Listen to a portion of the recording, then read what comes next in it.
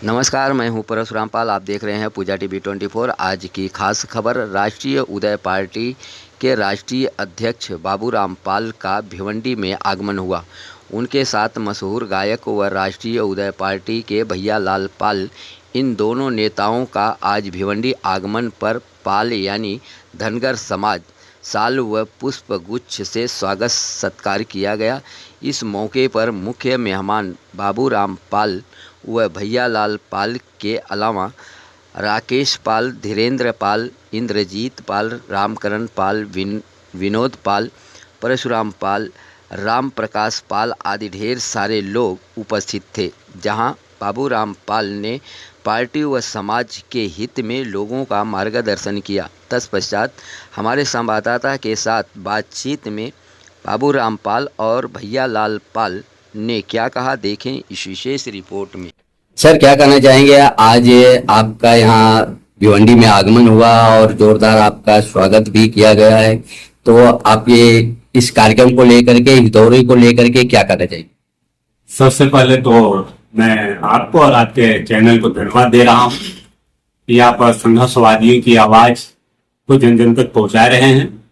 आज हमारे छोटे भाई युवा नेता धीरेन्द्र सिंह पाल और धीरू भाई और हमारे जो है कि समाज के सुप्रसिद्ध समाज सेवक हैं भाई राकेश पाल जी, और हमारे साथ में भाई इंद्रजीत पाल जी और भाई रामकरण पाल जी और भाई विनोद पाल जी, और हमारे जो हमें स्वागत करके भिवंडी के शहर से बाहर से स्वागत करके राम प्रकाश पाल जी और सभी लोगों ने आज भिवंडी के धरती बुला करके स्वागत किए। तो मैं सभी का आभार प्रकट करते हुए सभी के उज्जवल भविष्य की कामना करता हूं, और मैं आपको विश्वास दिलाता हूं कि आप लोगों ने जो आज हमारा सेवा और सम्मान यहाँ पे किए हैं, तो एक एक फूल की जो पंखुड़ियां हैं और आपने जो अंग वस्त्र हमें भेंट किया है, इसके एक एक जो धागे हैं, यह हम अपने ऊपर कर्ज के तौर पे देख रहा हूं। और यह कर्ज मैं चूंकि राष्ट्रीय पार्टी का राष्ट्रीय अध्यक्ष होने के नाते पार्टी को सत्ता तक पहुंचाकर और आप सभी का मान सम्मान स्वाभिमान बढ़ाकर आपका हक अधिकार दिलाकर यह ऋण पूरा करने का संकल्प लेता हूं। आपको विश्वास दिलाता हूं, हम निश्चित ऋण पूरा करेंगे। अच्छा, आप राष्ट्रीय अध्यक्ष हैं, तो आप की ये पार्टी किस लेवल पे काम करेगी महाराष्ट्र के अंदर? राष्ट्रीय पार्टी 2 अक्टूबर 2018 को स्थापित हुई और तब से निरंतर लगातार उत्तर प्रदेश के धरती पर पार्टी काम कर रही है। और ये संगठन के गठबंधन के दौर में विधानसभा 2022 में गठबंधन में पार्टी रही। सम्मानजनक टिकट ना मिलने से अलग आकर के चुनाव लड़ी और सम्मानजनक वोट भी पाई, जनता का समर्थन पाई। 2024 के लोकसभा चुनाव फिर राष्ट्रीय पार्टी मजबूती के साथ लड़ी। टोटल 15 हमारे प्रत्याशी मैदान में थे, उसमें से 9 प्रत्याशियों का पर्चा पास हुआ, 8 उत्तर प्रदेश और 1 मध्य प्रदेश ग्वालियर, और 6 प्रत्याशियों का पर्चा हमारा खारिज हुआ। तो आज संघर्ष बहुत तेजी के साथ राष्ट्रीय पार्टी आगे बढ़ रही। रही बात महाराष्ट्र की, महाराष्ट्र एक सांस्कृतिक प्रदेश है और हमारा उत्तर प्रदेश और महाराष्ट्र के रीति रिवाज, संस्कृति, परंपरा सब एक समान है। और हमारी जो खास करके हमारा जो समाज है महाराष्ट्र के गांव गांव तक है, और महाराष्ट्र में 2 नंबर का समाज है और पूरी तरीके से राजनीति में वंचित रखा हुआ समाज है। अब तक भागीदारी नहीं मिली है।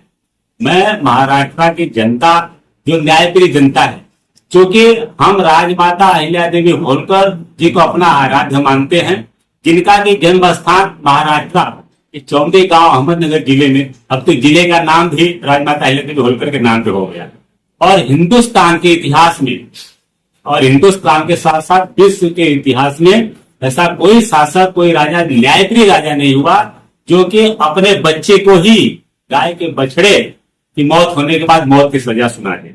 तो हम न्यायप्रिय शासन सत्ता स्थापित करने के लिए राष्ट्रीय पार्टी को डेवलप कर रहे हैं, विस्तार कर रहे हैं, और महाराष्ट्र में भी आने वाले दिनों में राष्ट्रीय पार्टी तेज गति के साथ विस्तार करके राजनीति में अपना स्थान हासिल करेगी। अच्छा, आपकी पार्टी जैसा कि देखा जाए कि धनगर समाज और पाल समाज जैसे गड़ेरिया, इन सब समाजों के बारे में आपकी पार्टी किस कदर काम करेगी, किस तरह से?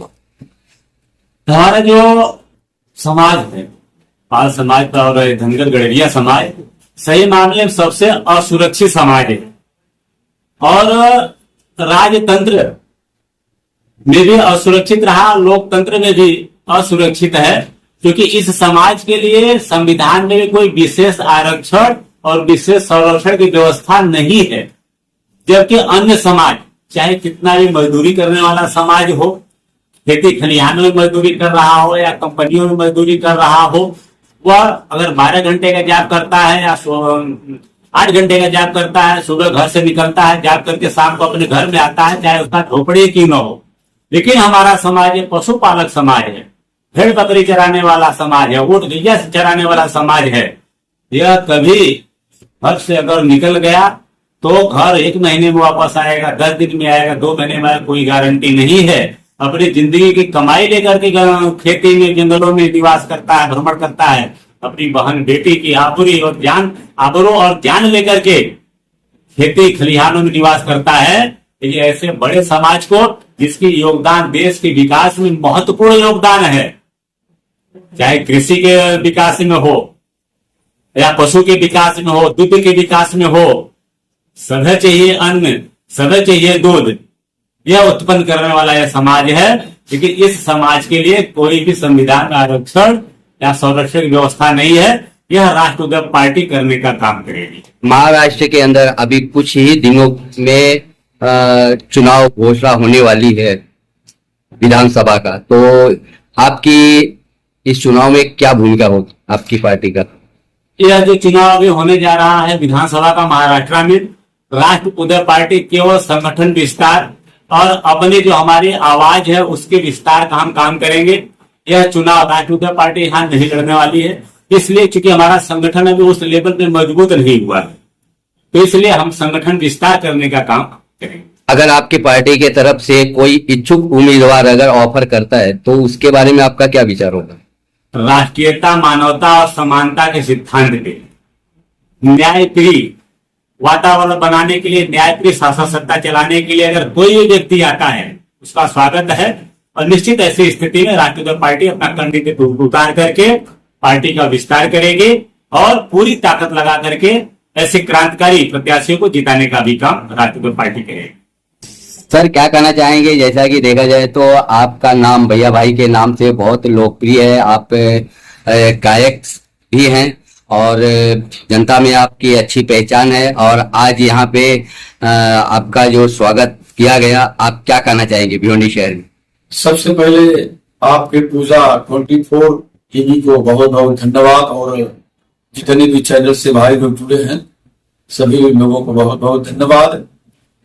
देखिए, आज हम लोग भिवंडी में आए हैं और हमारे राष्ट्रीय पार्टी के राष्ट्रीय अध्यक्ष माननीय बाबू राम पाल जी भी हैं।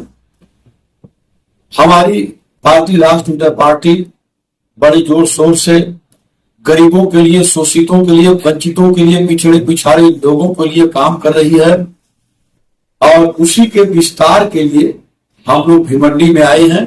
जैसा पूरे उत्तर प्रदेश में हम लोग चला रहे हैं, काम अच्छे से कर रहे हैं, वैसे महाराष्ट्र में भी करेंगे। यह आज आगाज हो चुका है। तो अच्छा, आपके यहाँ महाराष्ट्र में आपका आगमन हुआ है, तो क्या लगता है आने वाले चुनाव में आपका कोई कैंडिडेट ऐसा आप उतारने का इरादा है?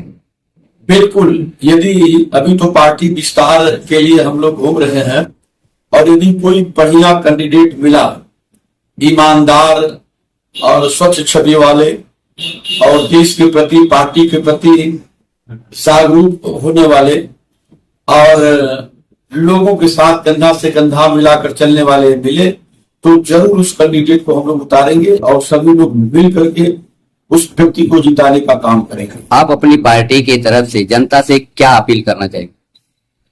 हम जनता से यही अपील करना चाहेंगे कि बहुतों को आपने देखा है और नेता गली गली में घूम रहे हैं।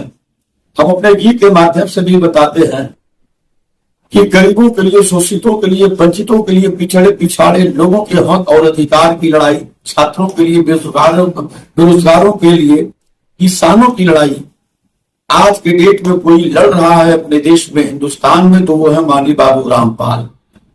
और मैं पूरे विश्वास के साथ कह सकता हूं कि जितना भी नाम मैं गिनाया हूं, राष्ट्र उदय पार्टी की सरकार जिस दिन बनेगी सभी लोगों का सपना साकार हम लोग पूरा करेंगे।